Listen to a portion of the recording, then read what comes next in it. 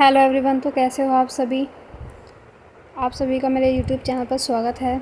तो आज मैं आपको बताने वाली हूँ एलएलबी की हमारे जो मेरिट लिस्ट है उसके बारे में नोटिफिकेशन आ गया है। बहुत सारे बच्चे परेशान थे कि एलएलबी की मेरिट लिस्ट कब आ रही है। फाइनली अब हमारा जो नोटिफिकेशन है वो हमारी चौधरी चरण सिंह यूनिवर्सिटी की तरफ से जारी हो गया है। ठीक है, ये आज ही जारी हुआ है 25/8/2026 को। तो अब देखते हैं इसके बारे में क्या लिख रहा है। Admission schedule for admission in LLB 3 year program दो first merit in university campus affiliated college. तो यानी कि जो नोटिफिकेशन है ये हमारी यूनिवर्सिटी यानी कि जो हमारा कैंपस है उसके लिए है, और जो इससे जुड़े हुए हैं यानी कि जितने भी कॉलेजेस हैं, प्राइवेट हैं या फिर गवर्नमेंट है, अपने यूनिवर्सिटी से जुड़े हुए हैं, उन सभी के ऊपर ये नोटिफिकेशन लागू होती है। चौधरी चरण सिंह विश्वविद्यालय परिसर विभाग संबंध महाविद्यालय संस्थानों को सूचित किया जाता है कि उनके यहाँ संचालित एलएलबी 3 वर्षीय पाठ्यक्रम में शैक्षिक सत्र 2026-27 में प्रवेश हेतु प्रथम वरीयता सूची यानी कि फर्स्ट मेरिट लिस्ट तैयार करने के लिए प्रवेश कंफर्म करने के लिए समय सारणी निम्न प्रकार है। यानी कि शेड्यूल उन्होंने क्या है नीचे दिया है, उसके बारे में बताया है किस तरह से शेड्यूल तैयार किया जाएगा फर्स्ट मेरिट लिस्ट के लिए।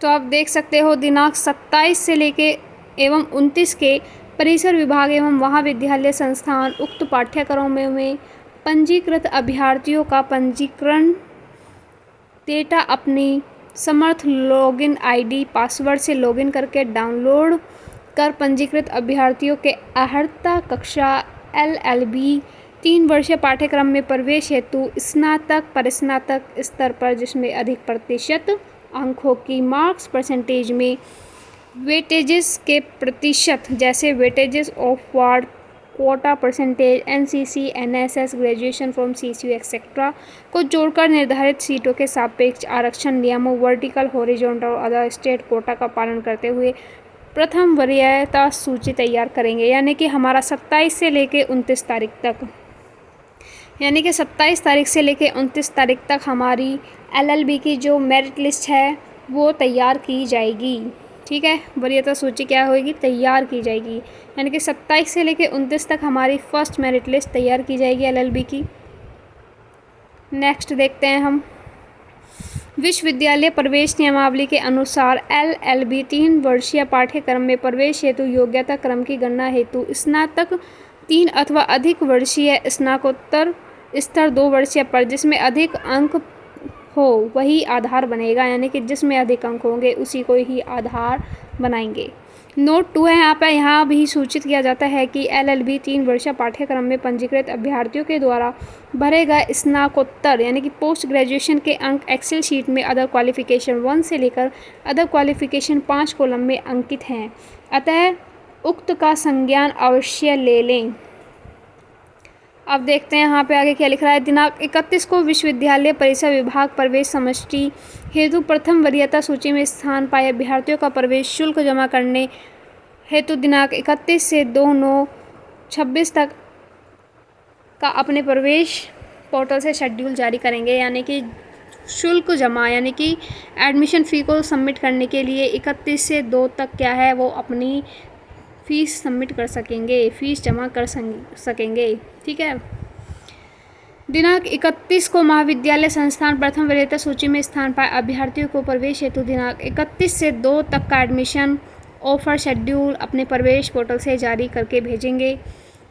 दिनांक 31 से 2/9 तक महाविद्यालय संस्थान एवं परिसर विभाग उनके यहाँ संचालित उक्त पाठ्यक्रमों में प्रवेश हेतु एडमिशन ऑफर एक्सेप्ट करने वाले अभ्यर्थियों के शैक्षणिक और अन्य अभिलेखों की जांच कर कंफर्म करेंगे। महाविद्यालय संस्थान परिसर विभाग 2/9/26 तक उक्त सभी इच्छुक विद्यार्थियों का प्रवेश संपुष्ट अवश्य सुनिश्चित कर लें।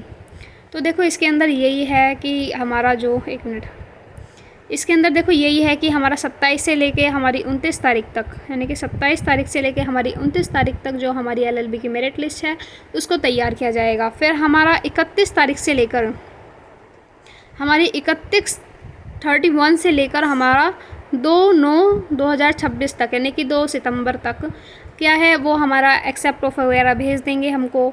और जिन बच्चों का नाम आ गया है फर्स्ट मेरिट लिस्ट में सीसीएस यूनिवर्सिटी की तरफ से, उसको क्या है फ़ी पेमेंट का ऑप्शन मिल जाएगा। ठीक है, तो 31 तारीख से 2 तक हम अपने क्या है अपना एडमिशन ले सकते हैं। जो बच्चे इच्छुक है अपना एडमिशन लेने के लिए, जिस कॉलेज में उसका नंबर आ गया है तो उसमें ले सकता है।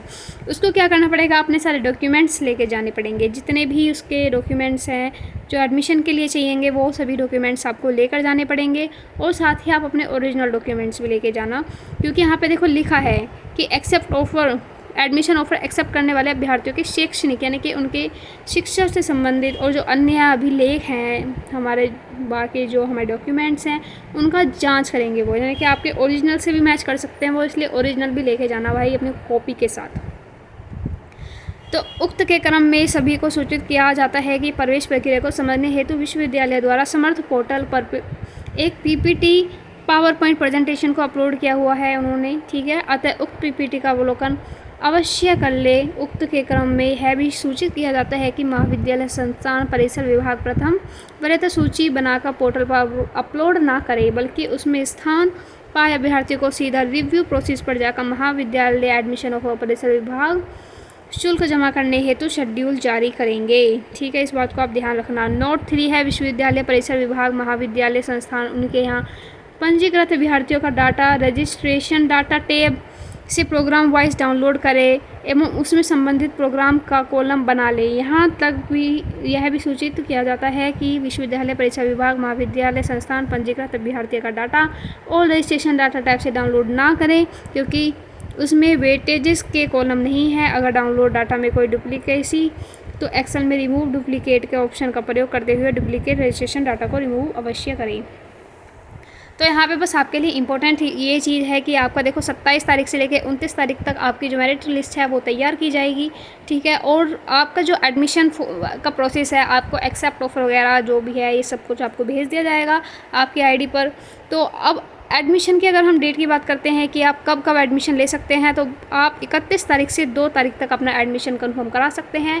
अपना ऑफ़र एक्सेप्ट करें और वहाँ जाके आप अपना एडमिशन ले सकते हैं कॉलेज में जाकर, और अपने सारे डॉक्यूमेंट्स ले जाएं, सारे डॉक्यूमेंट्स के साथ अपने ओरिजिनल्स भी ले जाएं। तो उन बच्चे के लिए मैं बता रही हूँ, क्योंकि अभी तक देखो हमारे BA BSc BCom MA MSc MCom की मेरिट लिस्ट आई थी, तो बहुत सारे बच्चों ने उन कॉलेज का ऑफ़र एक्सेप्ट कर लिया जिसमें वो एडमिशन नहीं लेना चाह रहे हैं, और कुछ बच्चे का ऐसा हो गया कि उन्हें पता ही नहीं लगा कि मेरिट लिस्ट कब आ गई और कब निकल गई। तो इसलिए आप जिस कॉलेज में एडमिशन लेना चाह रहे हैं तो इसलिए सोच समझकर अच्छे से ध्यान से ये देखकर कि हाँ हम इसी कॉलेज में एडमिशन लेने जा रहे हैं, तभी आप उसका क्या है ऑफ़र को एक्सेप्ट करें, वरना मत करें। अगर आपको दूसरे कॉलेज में एडमिशन लेना है, अगर आपका फर्स्ट मेरिट में नाम नहीं आया तो सेकंड मेरिट का वेट करें, और अगर आपका फर्स्ट मेरिट में नाम आ गया है तो आप अपना 2 तारीख से पहले एडमिशन ले लें, क्योंकि ऐसा हुआ है अभी रिसेंट में सब बच्चों ज़्यादातर बच्चों के साथ हुआ है और ज़्यादातर बच्चों के साथ नहीं हुआ है कि उनको पता है उनका नाम आ गया, लेकिन उनको ये चीज़ नहीं पता थी कि अगर फर्स्ट मेरिट का एडमिशन टाइम निकल जाएगा तो अगर सेकंड मेरिट लिस्ट आ जाएगी, उसका टाइम निकल जाने के बाद सेकंड मेरिट लिस्ट आएगी, तो उनको ये नहीं पता था कि उस टाइम पीरियड के अंदर ही एडमिशन होगा। अगर वो उस टाइम पीरियड के बाद एडमिशन लेने जाते हैं उनका एडमिशन नहीं होने का। तो इसलिए जिन भी बच्चों को एडमिशन लेना है वो अपनी फ़र्स्ट मेरिट के जो टाइम दे रखा है आपको इसी के अंदर एडमिशन ले, यानी कि आपको 2 तारीख तक एडमिशन लेने की अनुमति है, तो 2 तारीख आपकी लास्ट है, तो आप 2 तारीख से पहले ही एडमिशन लेने की कोशिश करें।